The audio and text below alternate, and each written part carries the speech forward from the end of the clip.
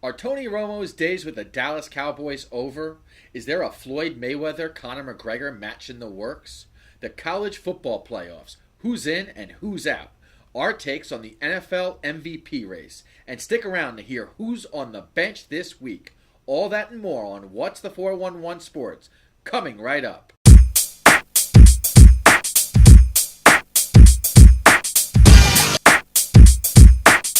Welcome to this week's edition of What's the 411 Sports. I'm Keisha Wilson. And I'm Mike McDonald. Mike, I hope you had a great week, and I hope you guys had a great week. So without any further ado, we're going to get to what's poppin'. Mike, start us off. Well, lots to get into, Keisha, but we'll start with the NFL, and Week 11 is now in the books. Lots to get into here, but what are some of the big storylines for you, Keisha, from this past weekend? And as we look ahead to Week 12, what are some of the marquee matchups to get excited about? Well, there were a couple interesting things that happened over the past week. One was the amount of missed PATs, that's point after touchdowns, that happened. There were a total of 11 missed extra points, breaking the previous record of 10. And we saw the long-awaited debut of Los Angeles Rams rookie quarterback, Jared Goff. Now, in his outing, he went 17 for 34 for 134 yards, 0 touchdowns, 0 interceptions. Not the most impressive debut, but solid. He didn't turn the ball over at all. And, they were trying to play it safe with him since it was his first NFL start. So, it was conservative. So we'll see if he is going to start during Week 12 and what progressions, if any, he'll make. And then my last thing was the refereeing. It got called into question again. For the past few weeks, the referees have been put on blast because of missed calls. And in the game against with the Houston Texans taking on the taking on the Oakland Raiders, there were plenty of missed calls, and they could have been game changers. What about you, Mike? Absolutely. The officiating on the Monday Night Football game, Keisha, that you pointed out with, I almost had it as an afterthought, because I'll say this, with so many things that the NFL has done wrong over the course of the last several years, especially since Roger Goodell has been the commissioner, aside from the poor officiating on the Monday Night Football game, I thought this was great. You brought a football game to Mexico. It was a lot of excitement. It was a great game, aside from the horrible officiating that you pointed out. And I thought that this was a good thing. I thought that this was definitely some positivity as we finished off Week 11. And now, as we get into crunch time, really, with over a month and a half left in the season, certainly lots to be excited about. We have our New York Sports Report coming up later, so we'll talk a lot about the Jets and Giants. But I think there's like 22, 23 teams in the NFL right now that absolutely have a shot at making the playoffs. So there's lots to be pumped up about. Yeah, what is your marquee matchup you're looking forward to? I'll say this. I don't know if it's marquee, but one matchup that I'm really excited about for this weekend is the Miami Dolphins hosting the San Francisco 49ers. It's one of these games that's not going to be nationally televised. It's not going to get many eyeballs. However, for me, the Miami Dolphins are playing good football right now. I'm excited about Ryan Tannehill and what he's been able to do. So that's something that I'm keeping an eye on for this weekend. Yeah, I actually had two in mind. I had the Chiefs versus the Broncos, a battle of the AFC West, and I had the Patriots and the Jets. And what makes the Jets a little more interesting in this case is that they're going back to Ryan Fitzpatrick, and we'll probably mention that a little later on in the New York Sports Report. But after being benched for Bryce Petty, Fitzpatrick is now going back in the starting lineup against the division rival Patriots. So I'm looking forward to seeing that. So speaking of marquee, we have to talk about the team that I love to hate, the Dallas Cowboys. Mike, big things going on in Big D.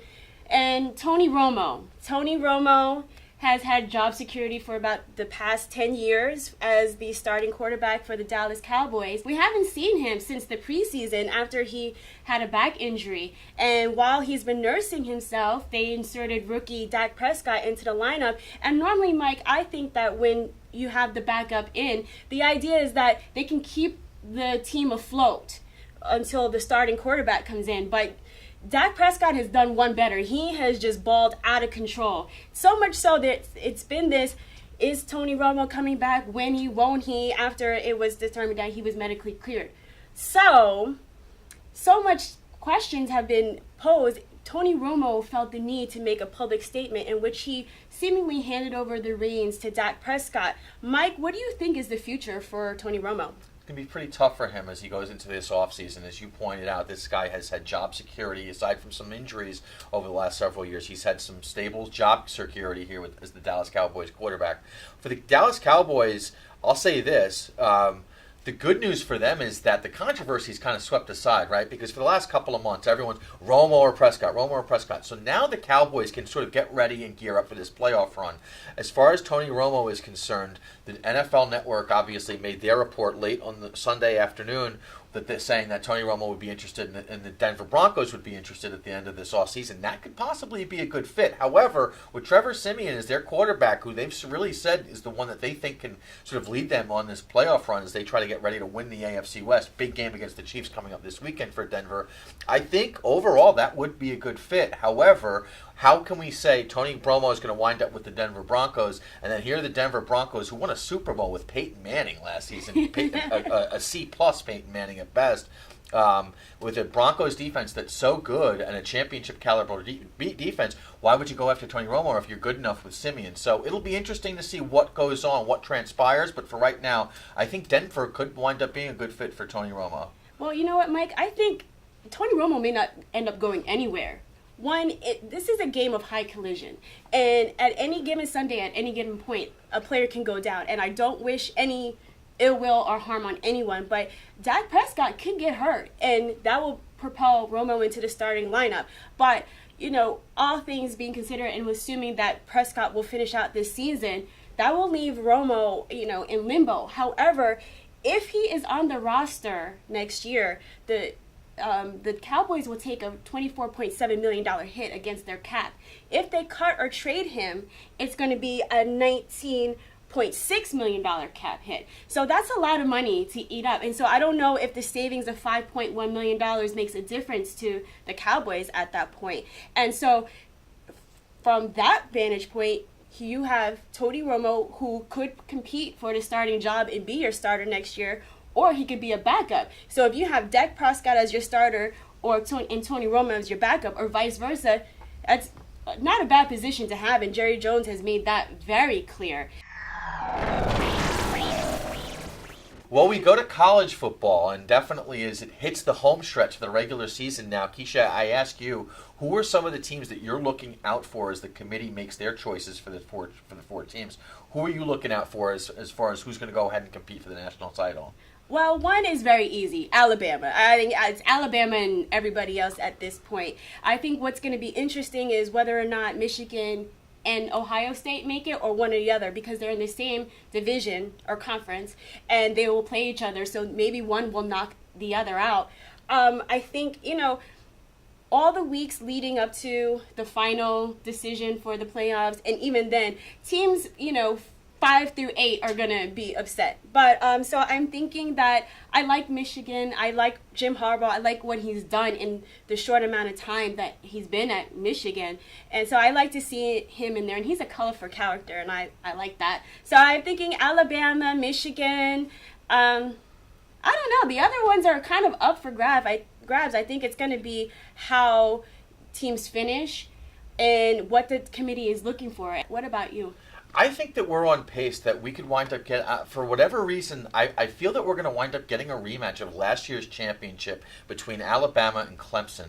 I think what's going to happen with Michigan and Ohio State, who are going to wind up beating up on each other in their own conference, and of course you have the other Big Ten teams in there as well. I just feel like Alabama and Clemson are two teams that even if they wind up losing or get a loss the rest of the way, whether it's at the end of the regular season being against Auburn for Alabama, or if for Clemson they play South Carolina, and then they wind up losing in their conference championship game, I still think that both of them are good enough to wind up getting into the Final Four because they've proven that.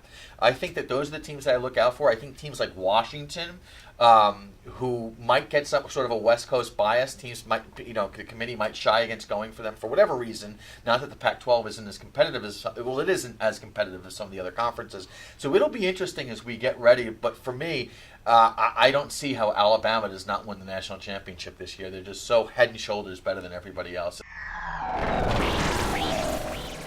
The war of words between former boxing champion Floyd Mayweather and UFC champion Conor McGregor are heating up.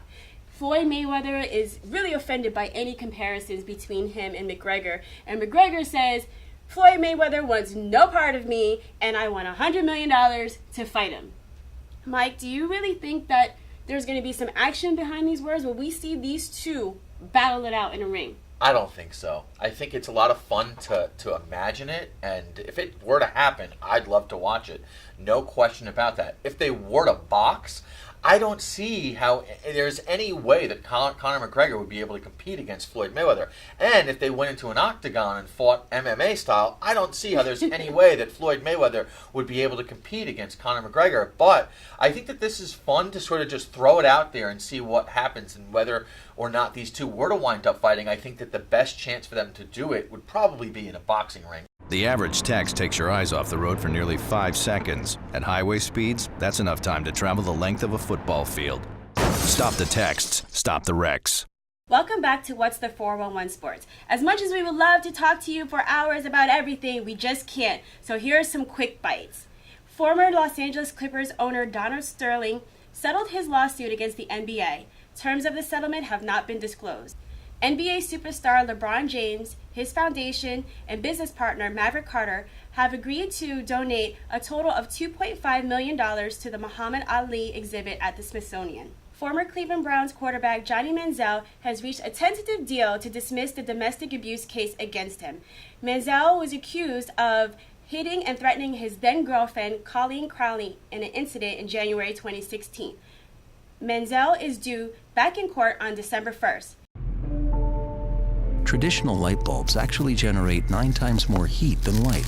Switch to energy-saving bulbs. Saving energy saves you money. Welcome back to What's the 411 Sports. Now is the time where I put my friend Mike here on the hot seat, and we're going to just quiz him, just throw questions at him, and see how he responds. I feel like we should get some theme music going on, but we'll work on that later. So, Mike, who is your NFL Rookie of the Year? Ezekiel Elliott. I'm going to go with Ezekiel Elliott. He's had a fantastic season so far. You almost could put him and Dak Prescott as co-rookies of the Offensive Rookie of the Year, but I'll go with Ezekiel Elliott just based on the way that he's come in for the Cowboys. How about yourself? I had Dak Prescott. There's too much Dallas Cowboy love on this show today. I can't even take it. Next question. NFL MVP of the Year. Since Tom Brady missed 4 games, it's going to be a tough sell to have Tom Brady as the MVP when the voters come around at the end of the season. I like Matt Ryan for the MVP. I think he's done a fantastic job, and if you watch the Monday Night Football game from earlier in the week, you know, Derek Carr has been sensational with the Oakland Raiders, but if I'm going to make one pick right now, I'm going to go with Matt Ryan for my MVP. All right, I got 2 answers. I'm probably cheating a little bit, but I'm thinking outside of the box. Dang it, it's the Cowboys again. I would give it to that offensive line. That is the MVP of that team. So I would give it to them. But if I'm going back in the box, I disagree. I'm going to give it to Tom Brady. If Tom Brady can put up the same stats or better than a Matt Ryan who's played a full season, and he did it in 12, he's got my vote. Mike, Phil Jackson, will his tenure as GM in the Knicks be a bust or a boom? We have another story to get to Phil Jackson later in the show. For right now, I think that Phil Jackson is going to have some success here in New York. All you really have to do is get these teams to go ahead and compete, make some playoff runs. He doesn't necessarily have to deliver a championship. For me, it's not championship or bust. They haven't had a championship in since 1973. So I think for Phil Jackson, the pressure's on, but it's almost like he's being set up to fail anyway because he's working under James Dolan, who's the worst owner in professional sports. Does Carmelo know it's not championship or bust? I give Phil Jackson 2 thumbs down. I don't think he's made enough moves to really right the ship to even approach a championship. I don't even, there's discussion whether or not they're going to make the playoffs. And if they do, they might just get in at the 8th slot. Mike, our last one before I take you out of the fire, the PATs in football. Take them or leave them? I think keep them, but you can do something to be a little bit more creative. I like what the NFL has done so far with bringing the extra point back. I think that it adds a little bit of excitement, but I want to keep them. I think that it still goes with the flow of professional and college football. I don't want to take the extra points away just yet, but I think that certain things can be tweaked. What about you? I say keep them. It's kind of funny when you see these kickers missing. You're like, come on, man, you only got one job. Right. Why are you missing this? You just moved it back a little bit, which is still a makeable field goal, what that would be. But you've got one job. Make it. Welcome back to What's the 411 Sports. We are in a New York state of mind, and we're going to talk about our New York teams, starting with the New York Giants. In Week 11 action, the Giants hosted Jay Cutler and the Chicago Bears and extended their winning streak to 5 games. Yes. Mike, the Giants beat the Bears 22-16. What were some of your takeaways of the game? Eli Manning played well. I thought that Odell Beckham was quiet throughout the game. However, he did have some big catches. The defense, that to me was the biggest story of all. The defense stepped up when they had to. Look, people are going to say this is a Bears team that's very lackluster. They've underachieved all season. How can you play the Bears so tightly? But this is the NFL. Anything can happen on any given Sunday. And I thought overall this was a nice win by the Giants, and they're hot right now. Yeah. They say there's no such thing as a trap game. And, you know, the Giants always have to make things a little interesting.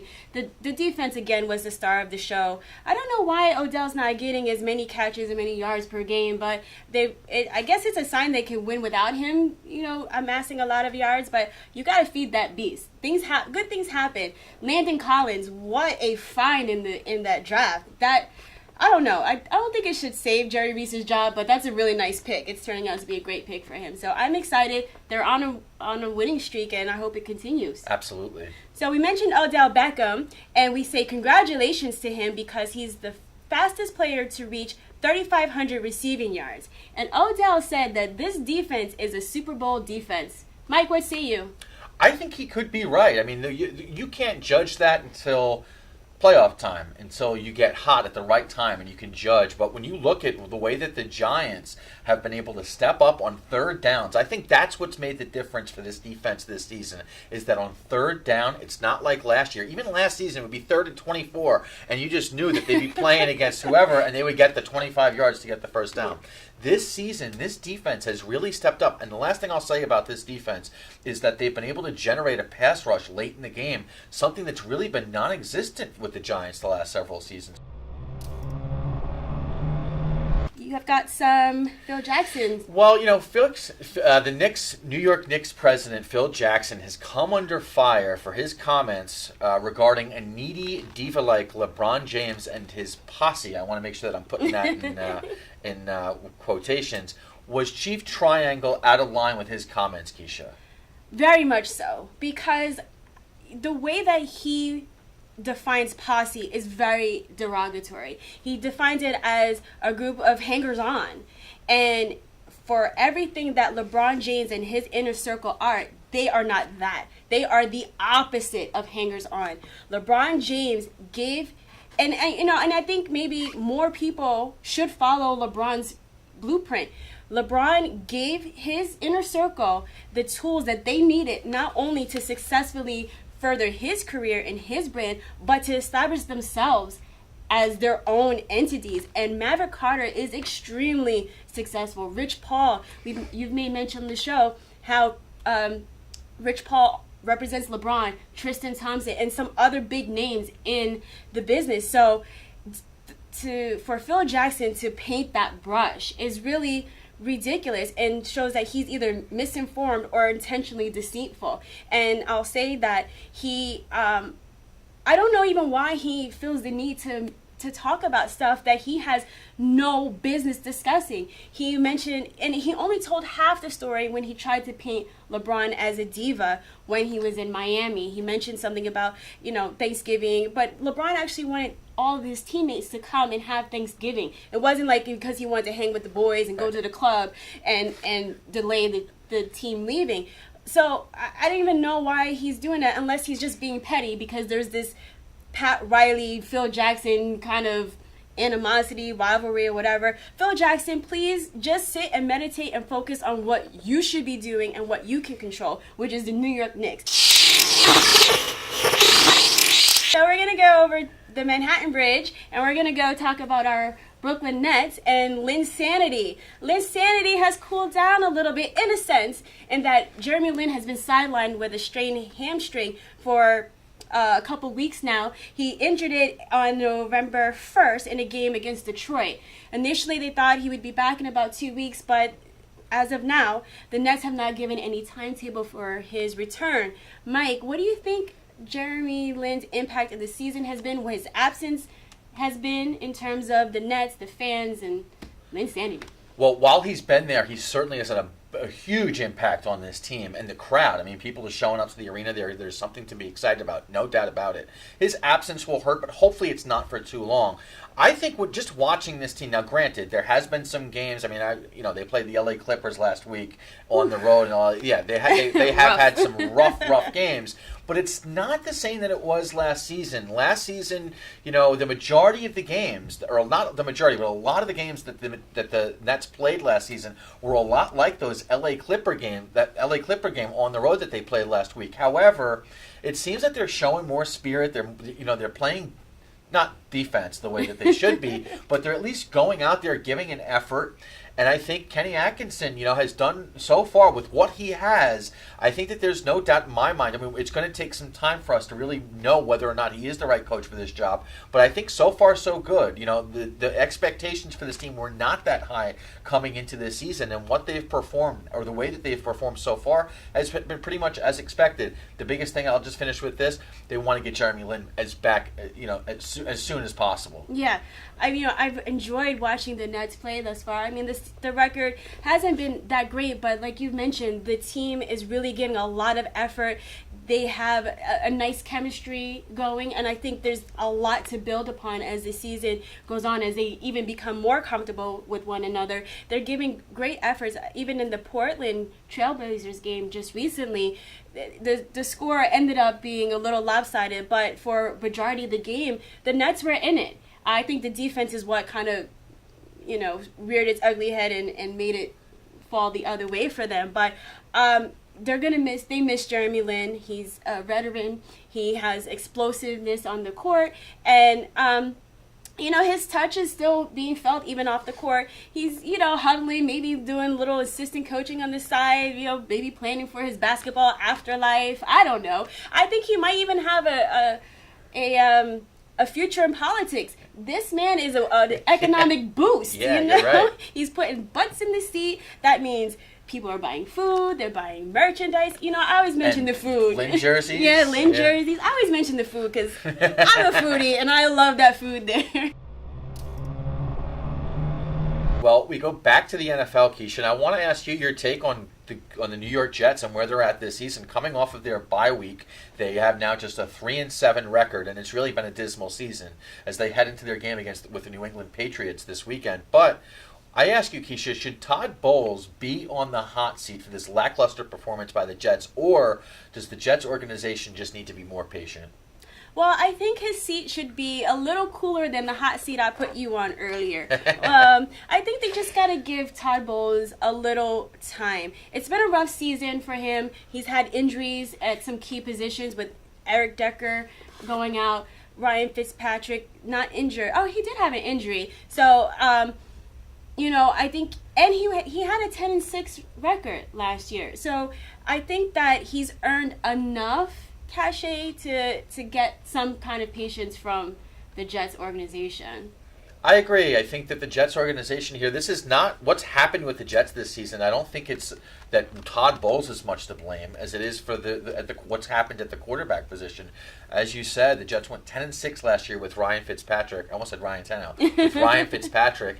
And, you got to get – the biggest question mark that the Jets face as they go into this offseason, I mean, at 3-7, it's going to be really tough for them to turn things around. They've got to figure out what they want to do with the quarterback position. And I think going ahead and putting Todd Bowles on a hot seat or trying to bring a new coach in, it's just not going to work out. Keep some stability within the organization. The guy's a good coach. Yeah, and I think history has shown organizations with a lot of turnover aren't really as successful. The average text takes your eyes off the road for nearly 5 seconds. At highway speeds, that's enough time to travel the length of a football field. Stop the texts, stop the wrecks. Welcome back to What's the 411 Sports. Nearly every week we put someone on the bench for bad behavior. If they act up really badly, then they're getting in the doghouse. Keisha, you're on. Well, Mike, this week, Yoris Familia, New York Mets pitcher, is going on that bench. Familia was arrested on an assault charge stemming from a domestic incident with his wife, Bianca Rivas. Familia was released on $1,500 bond, but his wife, Bianca, wants the charges dropped. But ultimately, it's not her decision. It belongs to the prosecutor. Mike, tell me. Yeah, bad job by Familia here. I think, it's a good sign that his wife wants to drop the charges. I mean, I never want to, hopefully that the two of them can work these things out. I don't know what's going on in the guy's relationship with this woman, but it's just a bad black eye for baseball, I think. You want to avoid these incidents as much as possible. I think the good news is that we're talking about it. 3 or 4 years ago, 10 years ago, 15 years ago, I think a story like this could have just gotten swept under the rug, or it would have been a story that not many people would be speaking about. Now, with things that have gone on in all of professional sports, college sports as well, I think that there's certainly, domestic incidents like this. We're going to wind up talking about it, and you're going to get on the bench. Keisha and I are looking out for you. Yeah, I mean, again, I feel like another week, another domestic violence incident. The wife wanting to drop the charges, I find that kind of interesting. I don't know if it's because maybe they've worked something out behind the scenes, maybe they've agreed to go to counseling, or maybe the Mets or MLB has intervened and she doesn't want it to go any further. Or I don't know if it's a matter of being worried about what that might mean for her financially. If he's suspended and he lose money, if they get a divorce, I don't know what happens behind the scene when you have the person who's accused of the abuse is the breadwinner of the house. We had an incident with former Giants kicker Josh Brown and Molly Brown, and what their domestic squabbles and what that meant, and there was some talk even then about what does that mean for the family when you have somebody who is suspended and they lose pay or they lose their job and they're the breadwinners, and that impacts their ability to care for their family. So I wonder if that's what's going on here. We'll see. Familia is scheduled for a hearing on December 15th, so we'll see if by that time if the prosecutor will have decided to drop the charges or proceed. The average text takes your eyes off the road for nearly 5 seconds. At highway speeds, that's enough time to travel the length of a football field. Stop the texts, stop the wrecks. Welcome back to What's the 411 Sports. I hope you're ready, because here's what's in our pipeline. The Brooklyn Nets will host the Sacramento Kings on November 27th at 6 p.m. and will host the Los Angeles Clippers on November 29th at 7:30 p.m. The New York Knicks will travel to Charlotte to take on the Hornets tonight, November 26th at 7 p.m. and will host the Oklahoma City Thunder on November 28th at 7:30 at Madison Square Garden. That's right, Keisha. And on November 27th, Sunday afternoon, the Giants will be in the Dog Pound to take on the Cleveland Browns for a 1 p.m. game. And following that, the New York Jets will host the New England Patriots at 4 o'clock. Both of those games, of course, on Sunday, November 27th. Good stuff. I can't wait for that. Well, guys, we have to say goodbye to you. I don't like it, but the producer says I have to do it. But until we meet again next week, follow us on Instagram and Twitter, like us on Facebook, and subscribe to our YouTube channel, all at 411 Sports TV. I'm Keisha Wilson, and on behalf of Mike McDonald, we'd like to thank you for spending this time with us, and we look forward to seeing you again next week.